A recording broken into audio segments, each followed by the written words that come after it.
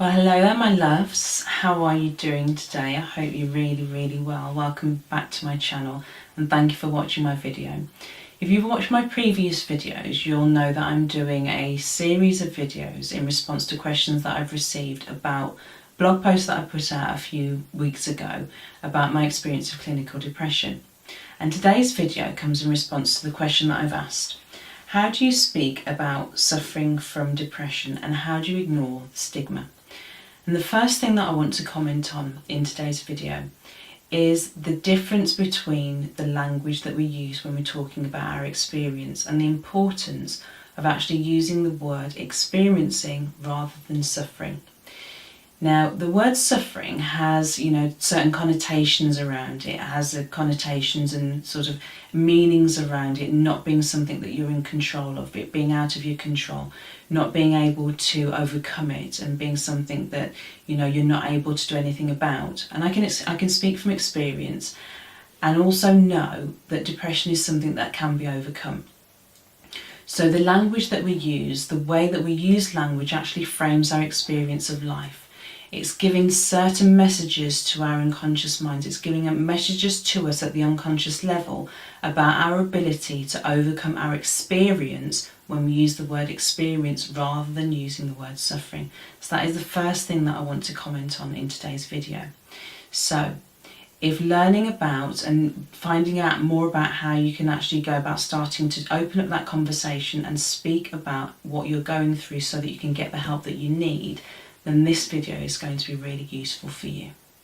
So in the previous video on this topic, I spoke about the first step being that you identify that something's wrong. When you realise that there's a problem and that you could potentially be experiencing clinical depression, the next step is actually finding ways of talking about your experience so that you can reach out and get the help that you need.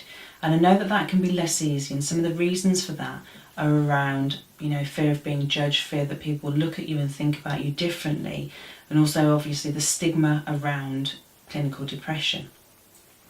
Now, what's important to understand is that clinical depression and things like anxiety are so much more common than we think.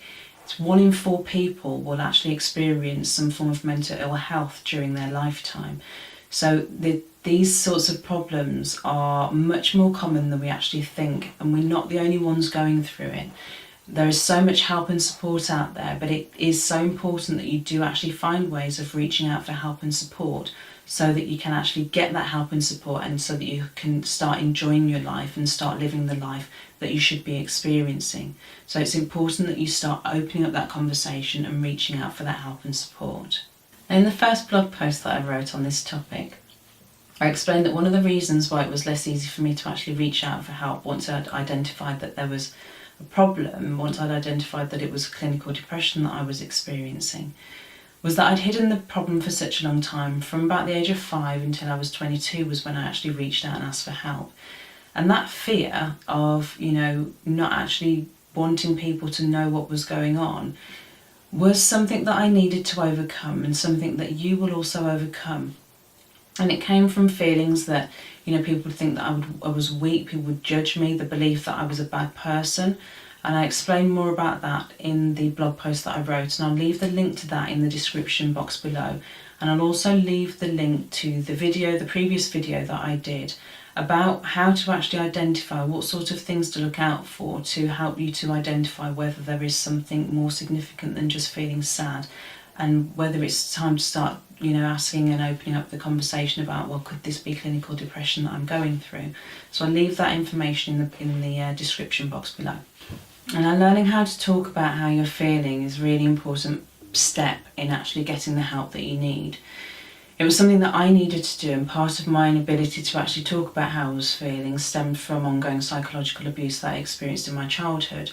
And I'll be making more videos and blogs about that and how I overcame that in time to come. But it's so important that we do learn how to actually start talking about how we're feeling, so that we can start getting the help that we need, the help and support that we need, and understanding that there is help and support out there and that people do want to help. They can't help unless they know that there's a problem, but I can guarantee you that when people do know that there's a problem, they will want to help. They'll want to help and support you. So it's about starting to have the belief that once people know that you are going through something like this, they will want to help you. So it's about having that belief now. And I really had to find that belief that people wanted to help me, and that when they knew about what I was going through, they would. And I remember it like it was yesterday. I was researching for my dissertation at the time, and I was writing my dissertation, interestingly, on the stigmas and taboos attached to mental health and depression specifically, and abolishing those stigmas and taboos. And I was researching for this, and as I was researching for that dissertation, I was reading a number of books, and there were symptoms, there were a list of symptoms, and as I was reading those symptoms, I was going down the checklist, and it was like tick, tick, tick, tick. And then the realisation dawned on me that this is why I was experiencing what I was experiencing. This was why I was feeling the way that I was feeling, because I was clinically depressed. It wasn't because I was a bad person, which is what I previously thought, and thought that I was actually being punished for something that I'd done. And that wasn't the case. And I remember it like it was yesterday. I remember going downstairs into my living room where my mum was sat on the sofa, and sat down next to her, and I said to her these specific words, which were, I said, "Mum, there's no easy way to tell you that I don't want to live anymore, and I'm not sure what to do about it, but I think you ought to know." And she sat in stunned silence and cried and held me, and we both cried, and that opened up the dialogue. It was frightening and it was scary, and I didn't know how she was going to respond, but I knew that I had to speak to somebody, and my mum was the person that I knew that I needed to speak to. So in response to me opening that conversation and talking to her about how I was feeling, that led to the following day relief on my part, absolute relief that I no longer had to hold this secret inside of me. I no longer had to keep it from everybody that was around me. I could just be me, and people would love me still and accept me for me. And what happened was my mum then went to the doctors on my behalf. I stayed at home, and she went to the doctors on my behalf, and within 45 minutes of her getting back from the doctors, there was a support team sitting in my living room waiting to help me and to offer me the support that I needed. And yes, it was, a little bit overwhelming, but it was the right step, and it was the right decision that we'd made, was to get the right help and support, because if we hadn't, then we don't know where that would have gone to, because I was in a bad state. So I was brave enough. I was brave enough to take that step. I was brave enough to ask for help. And in response to that bravery, I got the help and support that at the time I really, really needed. And I want you to be brave enough to do that too, and get the help and support that you need as well. So how do you actually open up and start speaking about how you're feeling? Well, the first thing that you want to do is you're going to need to ramp up your bravery, okay? You need to be brave enough to reach out for the help and support that you need. Don't wait for crisis point to hit until you do. I wish that I had asked for help and support sooner, because my mum was absolutely amazing, and she was so supportive, and she held my hand through the whole process. And I know that there will be people in your life, whether it's people in your immediate life, friends, family, or there are resources and support networks out there, the Samaritans. There are so many online resources that you can connect with and reach out to help you and point you in the right direction, to signpost you to where you can actually get the help and support that you need. But it is about being brave enough, stepping out of your comfort zone, and being brave enough to get the help and support that you need before things get to crisis point. It's super, super important that you do that, and that you find ways of having that conversation. There are some fantastic resources that I'm going to link in the description below that offer suggestions and tips and techniques as to how you go about opening up that conversation. And one of the things that you can do is to send the person that you want to speak to a text message, and it could say something as simple as, "There's something that I've been meaning to talk to you about, and I wondered when you have time for that." Something as simple as that, it opens up the frame, it sets the frame for needing to have some time, some of that person's time, to actually have an important conversation. And then when you're ready, you set up that time and you have that conversation with you. You could also write a letter to the person, or write a letter to, if it's a parent or a friend, write a letter to them and either send it to them or read it to them if just talking off the cuff is not manageable for you at that time.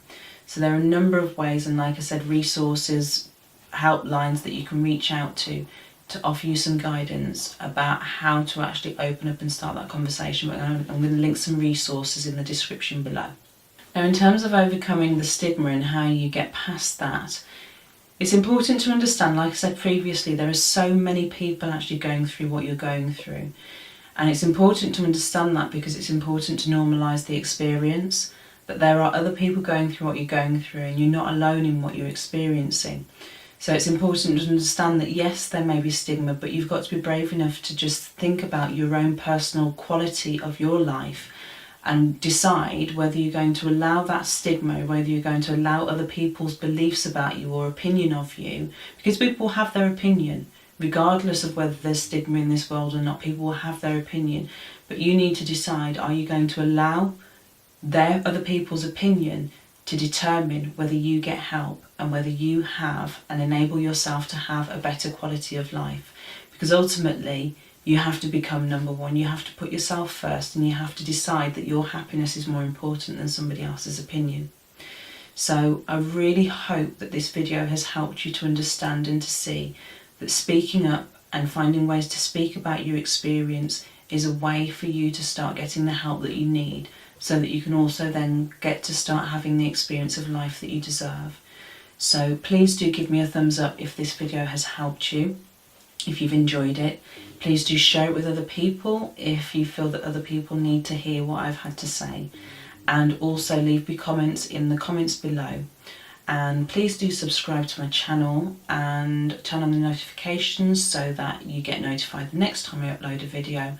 And I'll be doing more videos on this topic in the near future. So I will leave it there for now, and I look forward to speaking to you again really, really soon. Bye for now.